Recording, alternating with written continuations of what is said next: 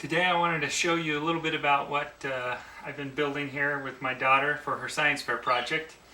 I've always wanted to do a hydroelectric model or hydroelectric generator model, and we looked on the internet and we found some different designs. We even found another YouTube video that somebody had built, and they'd done a great job. So we took some of those designs, modified it, beefed it up, and this is what we've come up with. So first, I'm going to take off the splash guard so you can see it better.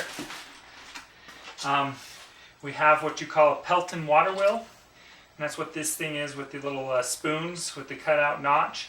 I had a tough time trying to find one of these. I found some on eBay. They actually had to be shipped from Turkey. But I was able to get a hold of them.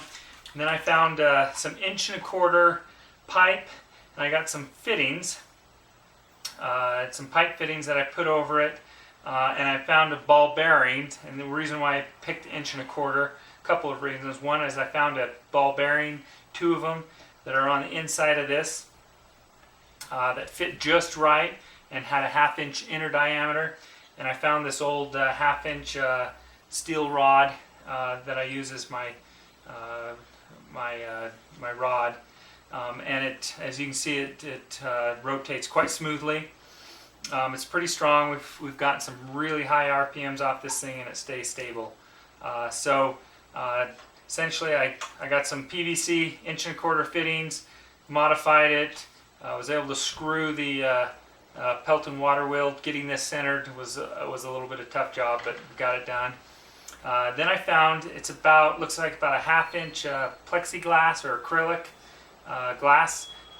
We have an old junkyard nearby, and they had some old pieces, so I grabbed some. So it's actually quite thick. It's not your really thin, wobbly plexiglass. This is very strong plexiglass, but I wanted to use plexiglass so that people could see what was going on when the wheel turns and when we put the coils on here.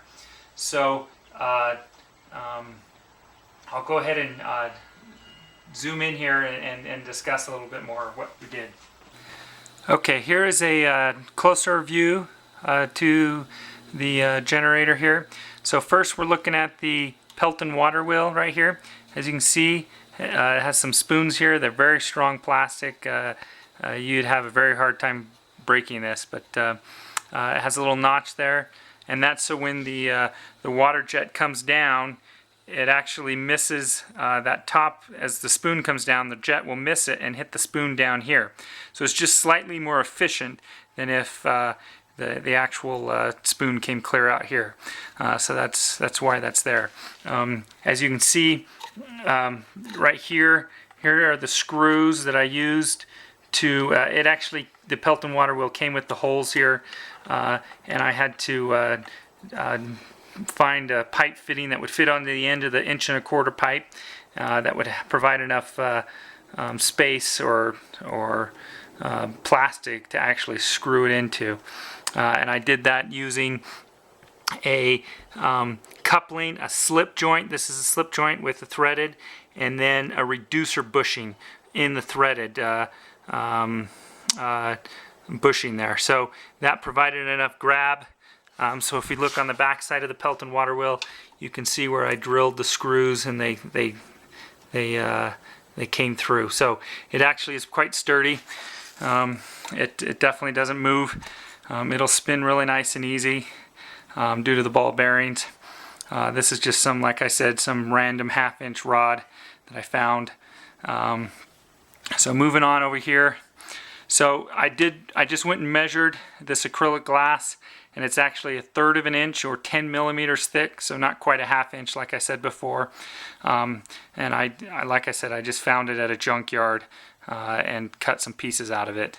We just used a jigsaw to do that, and then we rounded the edges here so it's nice and smooth, so in case you hit it with your hand, it doesn't cut you up. For the magnets we used, we found some 20-pound pole neodymium magnets, and they're about 7/8 diameter, and they had a hole in the center, and I chose that so it'd be a lot easier to connect it to our flywheel here. A lot of to make a more efficient generator, you actually use a square or rectangular magnet with a trapezoid coil, but we weren't designing this for continuous use, so just as a science project, the round one was much easier. That way my daughter can handle them. They're not 100-pound pole magnets, and a little less safer. And it was a lot easier to attach it. So these are 20-pound pole each, so a total of 60 here. And we have, you can see, we just used a bolt, and we just bolted it to the acrylic glass. We did carefully measure that to make sure they're all evenly spaced in the same in a consistent circle. So it runs quite smoothly. So next we'll move on to the stator, or the coils. You can kind of see it through the plexiglass here. I'll move back. This doesn't move, so the magnets are what move, but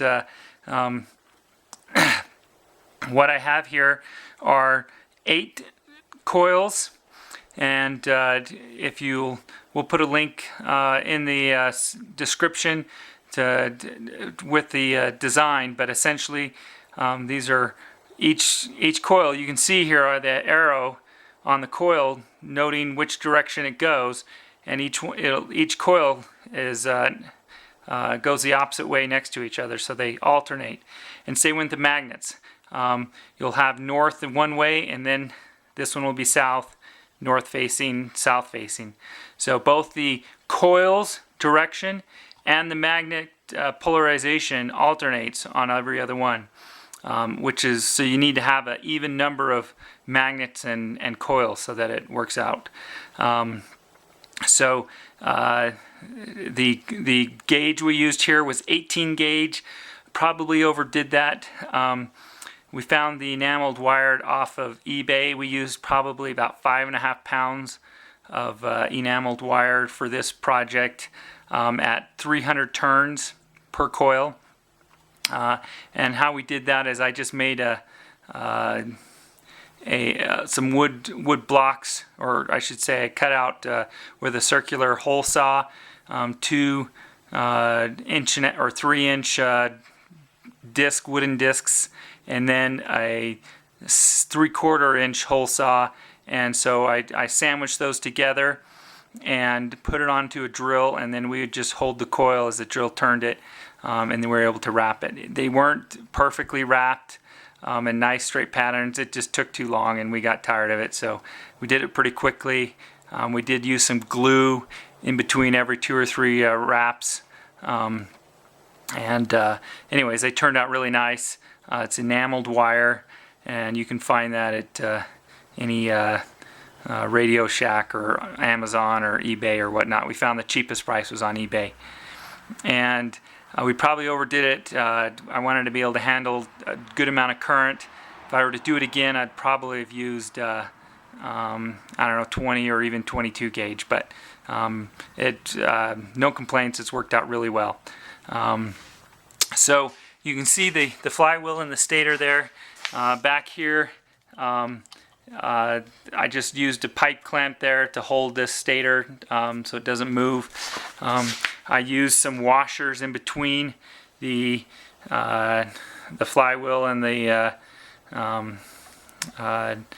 stator. There's some acrylic and steel washers in there. Anyways, it gives it. I put some graphite in there. I don't know if that really makes a big difference, but it does smooth spin quite smoothly. I do have a little bit of give, just but not much. So and that's to make sure the clearance between the top of that screw holding the magnets and the stators, it doesn't ever brush up against each other. So so far no problems there. All right, I wanted to discuss the pump apparatus here for a few minutes. The other YouTube video that has a hydroelectric generator, he used 2 buckets. So he had 1 bucket down here. It was quite a bit smaller generator, and then 1 bucket up high up on a ladder or shelf or something. And he would turn on the hose in between the 2. The water would run down from the higher bucket into the lower, and it would come down and turn his little wheel. That worked. He generated about 12 volts, if I remember, without a load. So it definitely produced electricity. He had a much lighter system. He used like plastic eating spoons, much smaller design. So it wasn't didn't have near the mass or as heavy as this thing. I wanted to be able to actually drive or run light bulbs or fans or things like that, so that my daughter could actually see the electricity working, and we can adjust the voltage and the current and have a little bit more leeway. So the option was either to get bigger buckets. I was thinking of getting 2 or 3 or putting it higher, although I realized that in a science fair in a gym that didn't work out really well. It's too big and dangerous. And so I decided to get a pump. Now, most pumps, well, not most pumps, but pumps that more people are familiar with are like pond pumps or aquarium pumps. Those cannot put out much pressure, or what we would call head. And so it can't drive a hose nozzle like this hardly at all. So you have to find a pump that will be able to do that. This is a sprinkler pump, and so it's designed to take water from like a rain barrel and drive a sprinkler to water your lawn. So it can actually put out a reasonable amount of head or pressure. And so this turned out to be quite sufficient. This is a 1 horsepower, 1,000 watt amp pump. So we just have the intake here. It comes through here.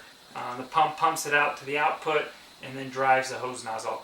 And I'll talk about the hose nozzles to describe why we chose what we did here. All right, I wanted to talk a little bit about the nozzle here. So we have an adjustable brass nozzle, and the reason why we did this is so that we could use different spray patterns and change this, and that would change how much pressure and how fast this wheel turns, which in turn, of course, determines how much power you're putting out. That's important because when you try hooking up different things, we in fact burned out one fan on this computer fan we hooked up to it. We put up too much voltage and it burned it up, and we blew out a capacitor. So with the brass nozzle, we were able to adjust it, change the power output depending on what the load is, so that it would actually run properly. This isn't the most efficient. This little brass nozzle here, it's just a straight nozzle. This actually output 2 to 3 times the power of this one, so it was a lot faster to handle a much heavier load. However, you can't adjust it, and so it puts up so much power that that this is why we blew up the capacitor, and the computer fan was with this nozzle. But when we put in some bigger light bulbs, then of course we could use this, and we'll talk about some of the loads later. But so if you want to be able to control the power output, get an adjustable nozzle like this, and it worked out quite well. All right, I wanted to show you a little bit of our workshop area where we're actually measuring the power that's coming out of the generator down here. It's a little bit messy, sorry for that. So what we did first is we have, I found some quick connects. I think these are 18 gauge again. Quick connects off eBay, and it allow you to plug and unplug very easily, so that way we can try different things without having to use wire nuts, and they work quite well. So we have this coming from the generator here, and we can do a couple of things. So it's AC that's coming off that generator, and so to go to DC, we just simply used a bridge diode rectifier with a little capacitor, and so very easy to make. Radio Shack, you know, that bridge diode there, $1 something, and same with the capacitor. So we bought them in bulk, it'd be pennies. But anyways, I used I think 470 microfarad capacitor, blew that one. Now I'm using a spare 100 microfarad capacitor, but either one's fine. And then so that's pretty easy to wire up.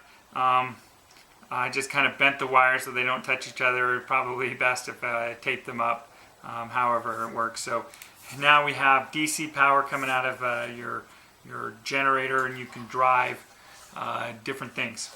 So a couple of the things we've tried. One is a 120 millimeter computer fan. These run off 12 volts. They can, the reason why I got this is because they're designed to run on variable voltages, so you can you know, have 4 or 5 volts and it should turn it somewhat.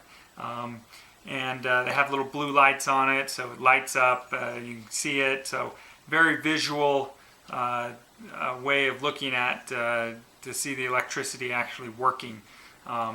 So we pushed up as much as 24, 25 volts, and it was spinning, no damage done.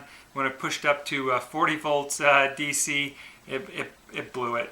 Luckily I have a second one, but so this was a good way of testing. Another thing was we wanted to hook up USB devices, so I just took a USB extension cord and wired up one of my little quick connects to it.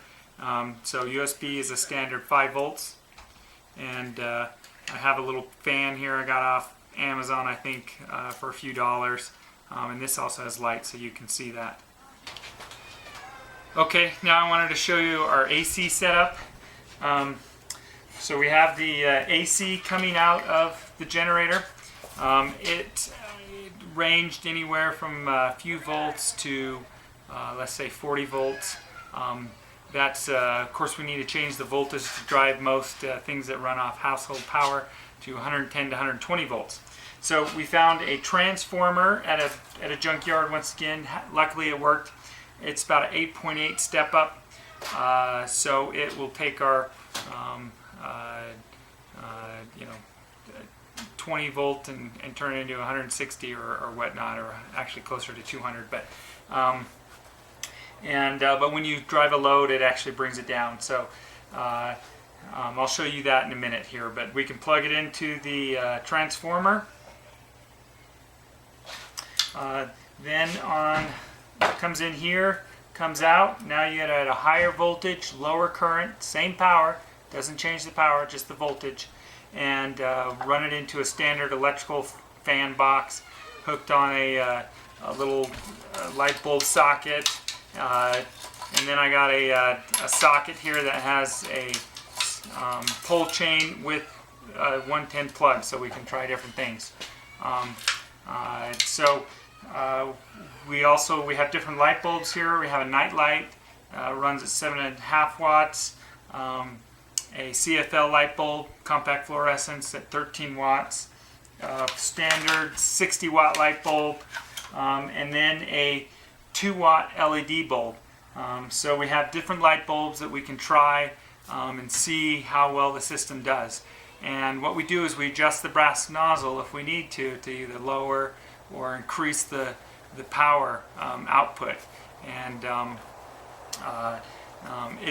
the voltage will change dramatically when you turn things on and off, and so you have to be aware of that. We tend to typically put the bulb in first, then start at the generator.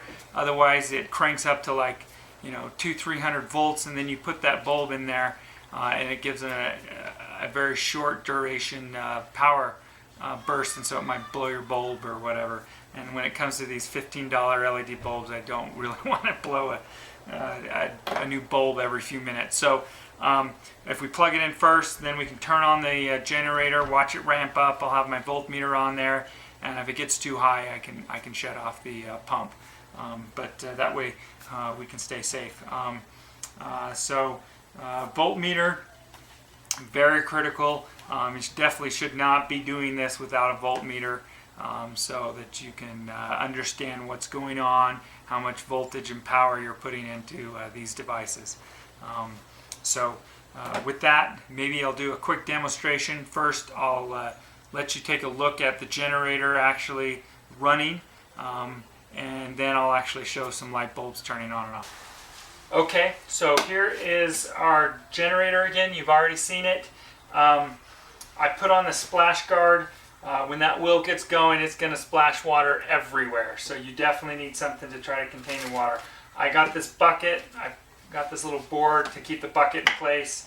And I cut some holes and water got everywhere. So then I found some rubber pads and I cut it. And that way the brass nozzle can fit right into the rubber pad and won't splash up. That worked really well. Cut it kind of around the pipe. I didn't want it to really touch the pipe much because it'd slow it down. It worked pretty well.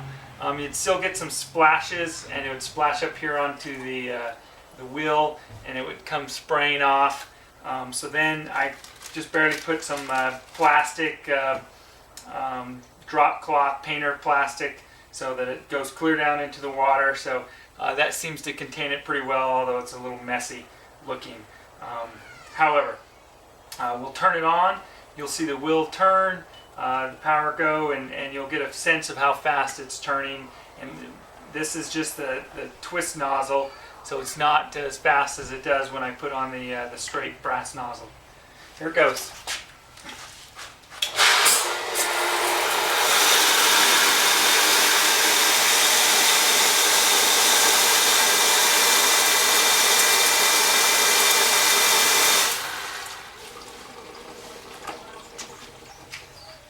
Okay, all right, let's go ahead and let's turn some light bulbs on. So I have it hooked up to the transformer. It's going to come out here to a light bulb. This is a 7.5 watt night light bulb.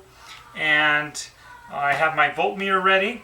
And I'm going to keep it on there so I know what's going on as I turn it on. It tends to put out different power each time I turn it on. It's never 100% consistent. So here it goes. It's a little loud. Try to talk up. You see glowing. Alright, so right here we're at 83 volts. Alright, so it's not quite full power. Definitely enough to see it glow. It's coming down around 70, 69, so it's actually going down. I could adjust it to bring it back up if necessary, up to 120. I'll go ahead and do that.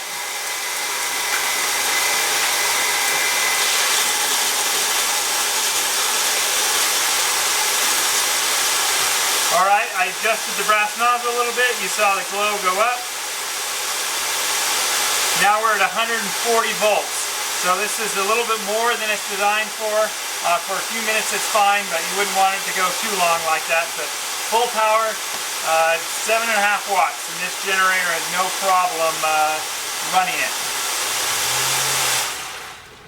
Okay, now I have the computer fan, 120 millimeter computer fan, hooked up my bridge rectifier with capacitor, so convert it to DC. I can't hold this and do the voltmeter at the same time, so well, if I hooked up my alligator clips I could, but anyways, I'm pretty confident we won't overdrive this, so I'll just go ahead and turn it on and you can see it go.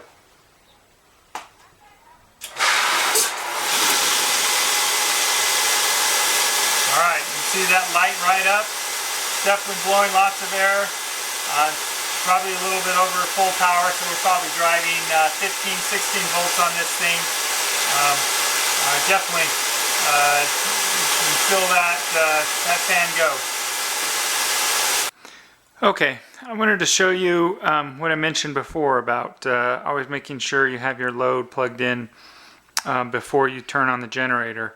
and we'll see the effects of having no load and a load on the generator. So right now I have a 13 watt CFL light bulb plugged in here, and we have our voltmeters here. So we have it set for AC, and we're going to see what happens when we plug it in. So let's turn on the generator.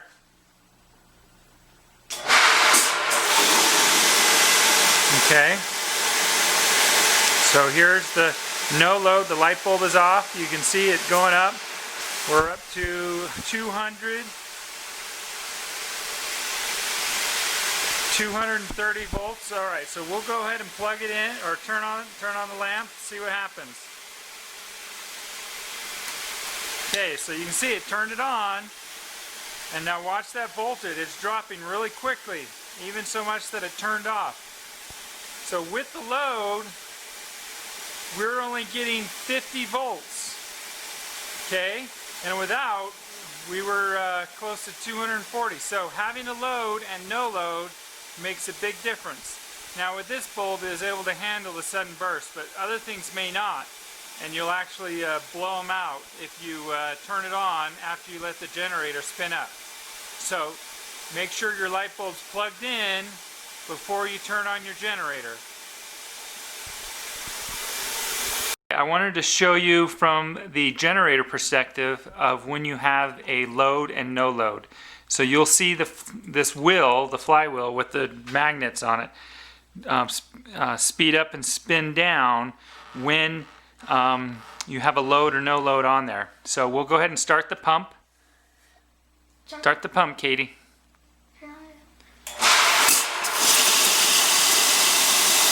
Alright. Okay, stay back. Alright.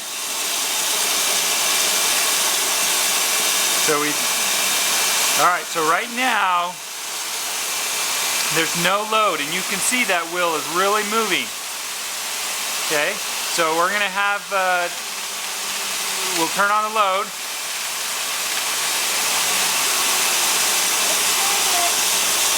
Alright. I don't know if you can see it in the video, but it slowed down a lot.